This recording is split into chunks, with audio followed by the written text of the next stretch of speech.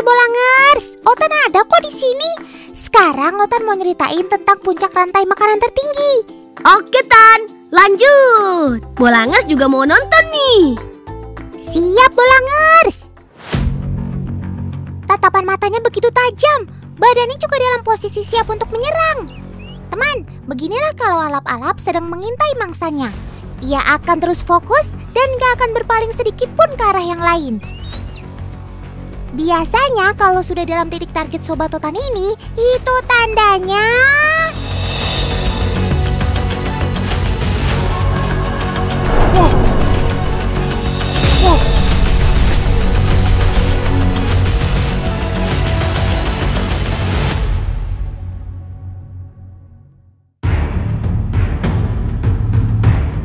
Tuh benar kan apa kata Otan? Setelah alap-alap mengunci target, ia akan langsung menyerang buruannya. Dan hap! Tepat sasaran. Teman, Sobat Otan ini adalah si alap-alap jambul asli Indonesia. Mereka memang terkenal memiliki kecepatan yang luar biasa. Burung raptor ini memiliki kecepatan terbang hingga 390 km per jam loh. Perpaduan kecepatan dan ketajaman cakarnya yang bak ninja mampu membunuh mangsa dengan cepat dan tepat. Ditambah mata Sobat Otan ini sangat tajam loh, bahkan memiliki akurasi hingga 2,6 kali dibandingkan manusia. Makanya jangan heran kalau saat melakukan serangan tidak ada kata gagal dalam kamusnya. Biasanya saat mendapat mangsa, alap-alap akan membawanya ke tempat yang lebih aman untuk memakannya. Nah, itu dia. Ternyata lagi nangkring di atas pohon yang tinggi, Kak Chandra. Wah, Kak Chandra tadi sempat kagetan karena dia tiba-tiba menyambar. Memang tupainya udah diintai lama kayaknya. Betul Kak, karena alap-alap biasanya akan hinggap di satu pohon untuk mengintai mangsanya, bukan soring seperti elang. Dalam mode pengintaian, semua serba silent atau diam. Jadi jangankan mangsa, Otan dan Kak Chandra pun gak sadar akan kehadirannya. Ditambah saat menyerang sangat cepat dan tepat sasaran. Itu kenapa para militer menginspirasi si predator ini namanya alap-alap ya Tan ya, untuk dijadikan alat tempur. Yes, betul sekali Kak Chandra. Ternyata alap-alap ini menjadi inspirasi bagi alat tempur militer. Salah satunya pesawat F-16. Fighting Falcon atau F-16 ini merupakan jet tempur multiperan yang dalam bahasa Indonesia berarti alap-alap. Mereka sama-sama memiliki kesamaan teman, yaitu memiliki sayap yang lebih sempit dan runcing. Tapi walau begitu, ia memiliki gaya terbang yang cepat dan akrobatis. Oh iya teman, momen yang kita tadi saksikan itu adalah hal yang biasa ketika di alam. Kalau tidak dimangsa, ya berarti memangsa. Itulah yang disebut dengan rantai makanan. Sistem rantai makanan di alam harus tetap berjalan teman.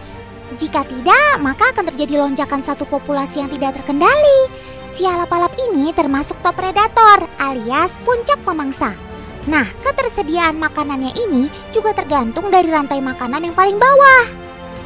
Kita coba lihat yuk, gimana sih proses perjalanan rantai makanan dari yang paling kecil sampai tersedia untuk si alap-alap ini?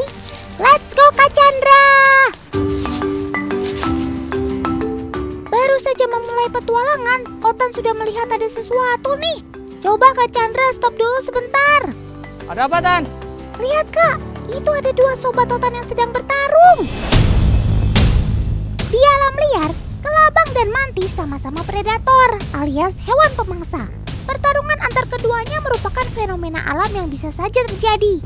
Siapa yang menang, ia akan jadi pemangsa. Namun jika kalah, ia harus merelakan dirinya menjadi rantai makanan di kelas bawah. Makanya nih, Otan dan Kak Chandra gak boleh mengintervensi alias ikut campur permasalahan di antara keduanya. Ketika terancam, mantis seringkali mengangkat kaki depan agar terlihat lebih besar dan menakutkan. Nah, lain mantis, lain pula dengan lipan atau kelabang. Sobat Otan ini memiliki tubuh yang panjang dan fleksibel. Gigitannya yang beracun tentu jadi senjata yang gak kalah mematikan. Tan, lihat tuh. Wah, kayaknya mantisnya udah mulai nggak berdaya tuh Tan. Betul Kak Chandra, pertarungan antara lipan dan mantis sudah mulai berat sebelah. Bagian sayap yang rusak berat membuat Mantis gak punya pilihan lain selain pasrah. Eits, tapi bukan berarti si Lipan ini juga bisa selamat ya. Kita coba ikutin perjalanannya yuk. Yaudah kalau gitu Tan, kita tinggal aja yuk.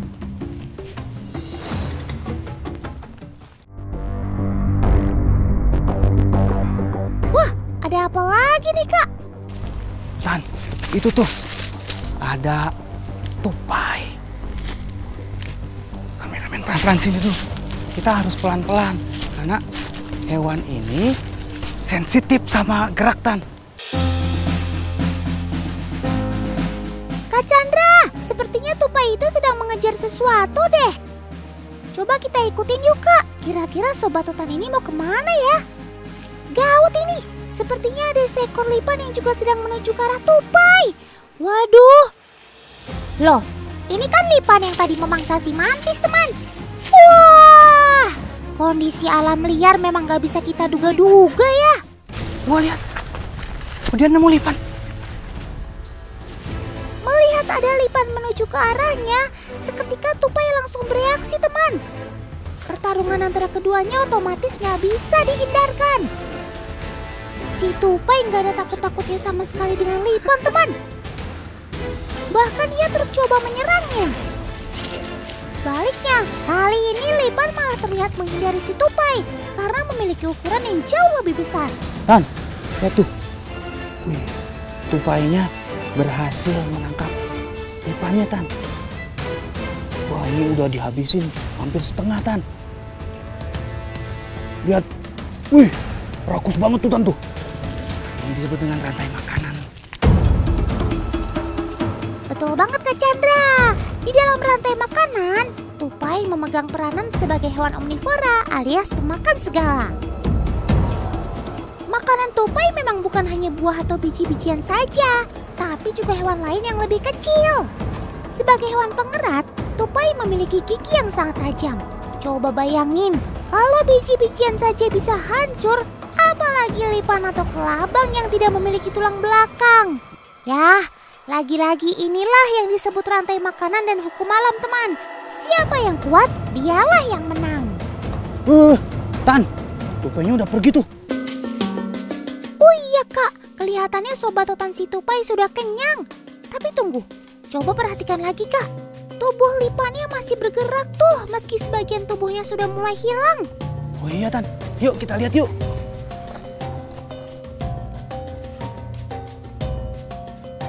Tan, dia ini masih bergerak nih. Tuh. Padahal kepalanya udah nggak ada, udah habis tadi dimakan sama tupai.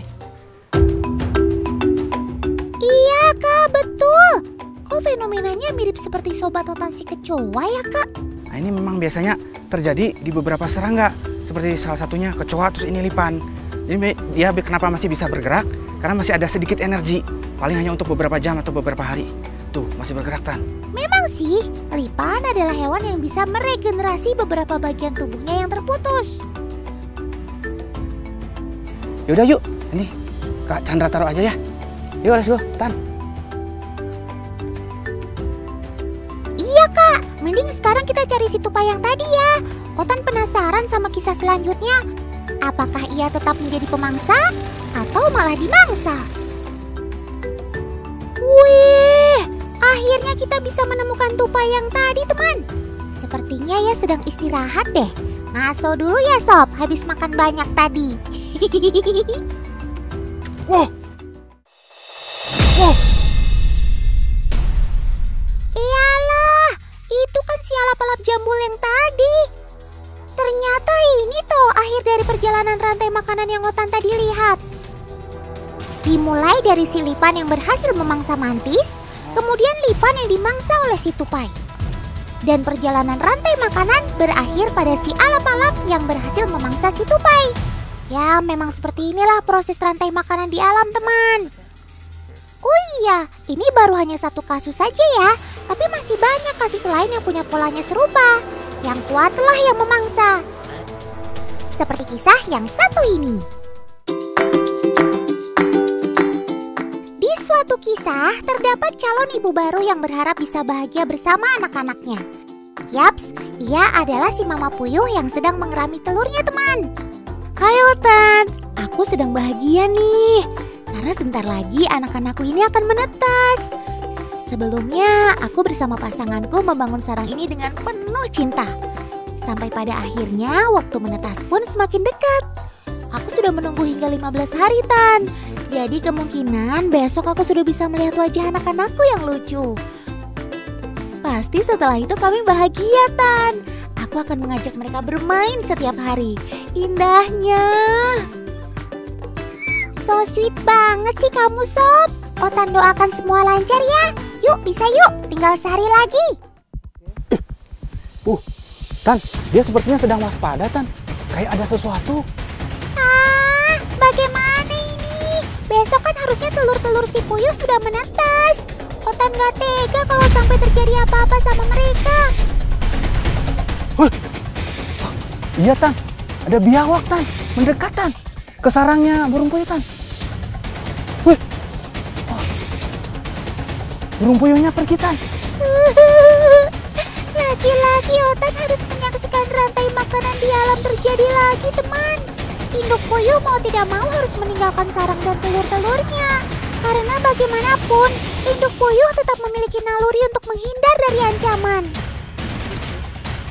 Iya, Tan. Tidak ada pilihan lain. Karena yang mendekati sarangku ini adalah biawak yang ukurannya jauh lebih besar dari aku. Saat ini aku hanya bisa pasrah. Duh, Otan jadi ikut sedih. Yang sabar ya, Sob. Wah, telurnya dimakan, Tan, sama biawaknya, Tan. Biawak adalah hewan omnivora pemakan segala. Mulai dari hewan kecil seperti ikan, amfibi, burung, buah, bahkan bangkai. Berhubung ada telur puyuh di depan mata, sobat Otan si biawak langsung menyantapnya tuh.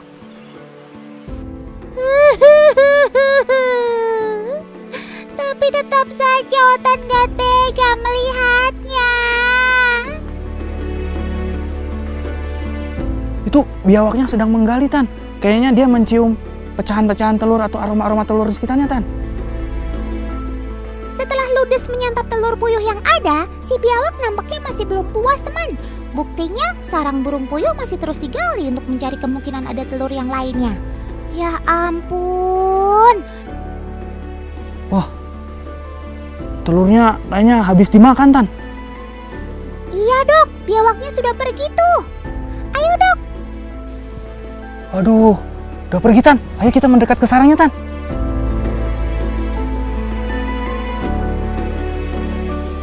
Benar-benar oportunis ya, Dok, sobat Otan si biawaknya. Otan jadi mikirin nasib si induk puyuh yang kabur tadi. Biasanya induk puyuh tidak akan kembali ke sarang yang sudah diacak-acak predator begini, Kak. Semoga saja induk puyuh tadi bisa menemukan kebahagiaan di tempat yang lain ya.